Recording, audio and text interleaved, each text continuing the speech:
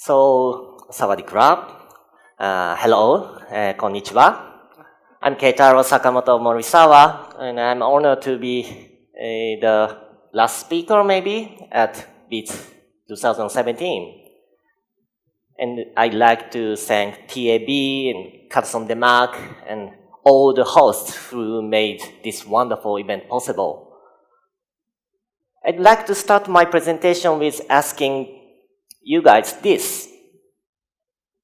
What type is your type? In other words, what do you do? What is your profession?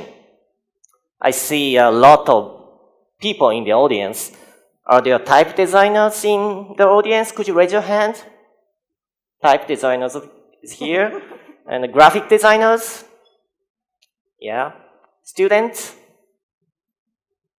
Teachers or researchers? Raise your hand if you can't hear me. It's Roger's style anyway. Well, thank you. So we all have different professions or titles. But what do we have in common? We all love type. Haven't these 3 days been wonderful to you? Immersing yourself in the world of typeface for good 3 days. Priceless, isn't it? Today, I'd like to talk about the relationship between who creates the font or typefaces and who uses the typefaces. This is a reason why I asked your professions. Type business involves the profession and non-professionals. I am a type-loving business person from the company who creates fonts. Some call me marketer, some call me strategy planner, and so on. Well, let me briefly introduce my company like a business person would do. Morisawa had established in 1924 in Japan. That's roughly 90 years ago. You might think, creating fonts from that long before? The answer is no. We were manufacturing machines to input letters back then. Have you ever heard about typesetting machine? Maybe yes. It is a machine that inputs letters by using technology of photography. Instead of using metal type like monotype and line type, this machine's method was to print the letters on a photographic paper by hitting light to a glass letterboard. Do you get it? This is not digital camera, this is analog camera. There were metal type in Japan back then, but imagine that there are thousands of letters to set if you are in printing and publishing industry. In this way, our typesetting machines spread out in the market. Not too long after we entered the market, typefaces in wide variation were demanded from the users. This is when we started to design typefaces. Before long, the typesetting machine was gradually replaced with a personal computer. We partnered with Adobe in 1987. 2 years later, we began selling the very first PostScript font in Japan. We transformed our business to the software manufacturer from the hardware manufacturer. Before this transformation, we developed the typeface in order to sell more machines. However, since Macintosh became popular, we decided to focus on developing more typefaces to sell. This was a tremendous challenge for us at that time. You might think, isn't it all natural for a type foundry to sell fonts? Yes, you're right. But there was no internet at that time. Fonts had to be provided on a floppy or CD disk. You cannot buy fonts just by clicking like you do in these days. So our sales team brainstormed for weeks and months to figure out how we should promote the new typefaces. The solution for this was to publish the journal called Tategumi Yokogumi, and the users loved it. The name of this journal, Tategumi Yokogumi, came from the style of Japanese typesetting, horizontal composition and vertical composition. When you read from the front cover, the text is composed horizontally, and when you read from the back cover, the text is composed vertically. The overall design of the journal was very unique. The first issue was published to celebrate the 16th anniversary since Morisawa invented the phototypesetting machine. Since then, from 1982 to 2002, 57 issues were published. Even it was an information magazine published by the company, Morisawa. The theme was not to show off about the company. Very few ads were in the magazine. For example, this issue introduced the Indian scripts. You can see East Asian scripts. The latest digital graphic was featured in the other issue, and so on. The chief editors of the journal were assigned to two of the greatest graphic designers ever in Japan, Mitsuo Katsui and Iko Tanaka. They took charge on art directing on each issue. Alternately, each issue was filled with creative ideas, digging their interesting depths, and more importantly, it was a place to exhibit graphic works. All of these beautifully worked together. The cover stories and features attracted a lot of designers in Japan. And above all, at the time when there was no internet, this journal was one of the few sources of information on type design and graphic design. Through this magazine, many people got to know Morisawa as a type foundry.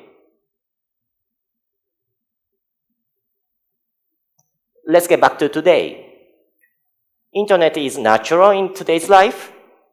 You can easily find whatever you want on internet. You'd post some question on Twitter and Facebook. Someone would answer to it. Someone could be AI, but it really doesn't matter as far as you get what you want. Amazingly convenient, isn't it? In this handy world, one feature of a magazine became a hit. This feature is about how to master the ability to distinguish fonts or typefaces. The magazine named this ability the perfect type. The idea is inspired by the ability perfect pitch. If you have a perfect pitch, you can identify by name individual pitches played on various instruments, or you can name the pitches of common everyday sounds such as car horns and alarms. In a nutshell, this is a technique to know what kind of font or typeface is used around you. Make sense? This magazine for graphic designers shows how to distinguish fonts of the same genre by describing the characteristics of many typefaces. Let me show you some examples. They are explaining what the concept of family is, or characteristics of Japanese kanji character, and close-up of certain elements. And also typeface Sherlock Holmes search and detect what typeface is used in daily life. This is a movie poster, for example. In this magazine, the perfect type is defined as following. As you walk through the streets, you'd see the trend of typeface just like you see it in fashion. When traveling, the signboard of the station would stick in your mind than the spectacular landscape. In the final phase, as you become a master, you would be to have a superpower. For instance, here's a package of milk. You'd look into the red letters here on the curtain and say, I see a mixed use of photo typesetting fonts and digital fonts here. This company must be using the old data over and over again. Kind of extreme. But the readers of this magazine love this feature so much. I find this very interesting. They could have looked up on internet for the right answer, but they didn't. They thought to themselves, I want to acquire this ability. I found this enthusiasm towards typeface is pretty close to what Tategumi Yokogumi created back in those days. Having that said, in my personal point of view, I believe what users are looking for is confidence when they have to pick and choose a typeface. They are not looking for an easy answer. They want to be able to solve it by themselves. They are not relying on tips, easy tips. I think this attitude and mindset is fabulous and very designer-like problem-solving method. Let's move on to those who is not a designer. Asking them to practice perfect type seems quite challenging. Yet, in the font business, type business, it is very important to have the non-designers to choose and pick the font. We cannot tackle to develop fonts without this fact. In a case when the user have little knowledge of typefaces and cannot expect them to the research voluntarily, we need to be the one to deliver relevant information of the product to them. Now, I'd like to introduce universal design typefaces today. Maybe the term universal design sounds unfamiliar. The term is mostly used in industrial design. I want to get a guess. Let's say you are the owner of the building and want many people to come to visit, but the entrance is located in upper level. So you need to install stairs. And if you replace stairs to slope or add the slope, it would be easier for a person with a wheelchair to enter. And installing elevator can do more work, such as loading heavy baggages. You can estimate larger number of visitors if you install all of these. So universal design is to design an environment to meet the needs of all people who wish to use it. Then, what is universal design fonts? You may say that fonts or typefaces need to be readable for everybody in the first place.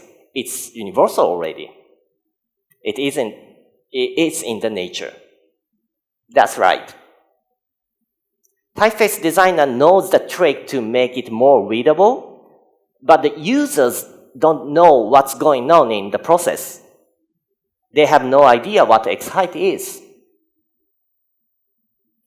One user would say, oh, this typeface is readable, but that may not apply to others.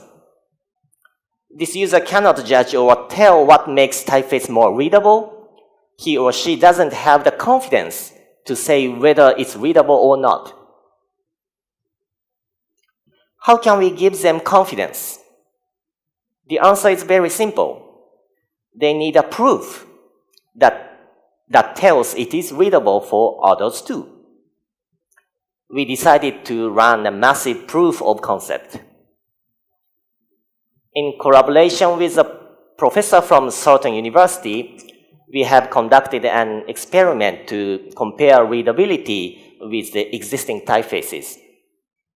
Before we get into details, I'd like to explain the features of UD, Universal Design Fonts.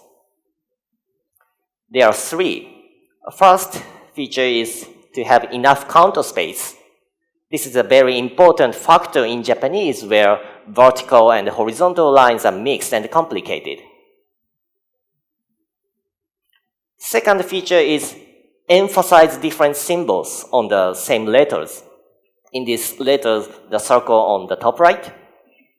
This will maintain the legibility in small size printed letters. Third feature is to draw the letters in forms that are easy to distinguish, as Bruno mentioned. This will lessen mistake in reading.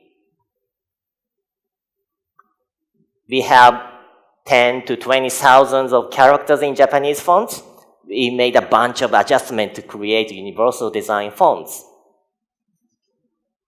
Why we conduct this huge project? Because of the social issue. Here I compared the number of population in Japan and Thailand. In Japan, the number of 65 years and upward is equivalent to almost 30% of overall population. That means there is a possibility that many people have some problems with their visual acuity or eyesight. Now, I'll show you briefly what we did in an experiment. In this comparative experiment of readability, we used same text but in different fonts, different typefaces. We compared our newly developed universal design font with bundle fonts, which are widely used. In order to extract hundreds of patterns of data from one subject, we also made a special measuring equipment to reproduce the exact same environment. We did the first round in Japanese fonts, and then the second round in Hangul fonts, Korean fonts, which had developed with the same concept. I cannot tell you the number of the subjects in this experiment, but we gained cooperation from so many people that could be recognized as an objective result. And in any of those experiments, we were able to get the result that our typefaces is the most readable among others in the same category. Even in experiments in different scripts from Japanese, our design was highly regarded, and we are so happy with these results. And now we are summing up the result in Chinese fonts, which was the third round of this experiment. Under the supervision of the professor, these results are also disclosed on our website. Anyone can refer to it. We posted the result of Japanese font in 2013 and recently Hangul. It is important to publicize the result as the proof of design concept. This will be a great reference for those who know little about design. I hope this will enhance their confidence in choosing typefaces too. In fact, we get inquiries from non-designers of banks and grocery makers, for example, telling us that they want to use our universal design typefaces. Also, the government agencies began to recommend to use universal design typefaces when they publish official documents. It is not the industrial standard at this moment, but many public organizations will much care about when they choose typefaces. These achievements were only possible because we tackled experiments with those who have problems with visual acuity. Our experiments are based on solid reasons. We are proud to present results that are in line with reality, not by simulation or speculation.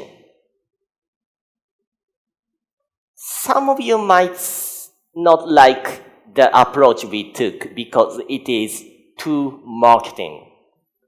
Indeed, it focused on the part which is far from the essence of type design, but as long as it becomes a trigger to draw someone's interest in typefaces, methodology really doesn't matter.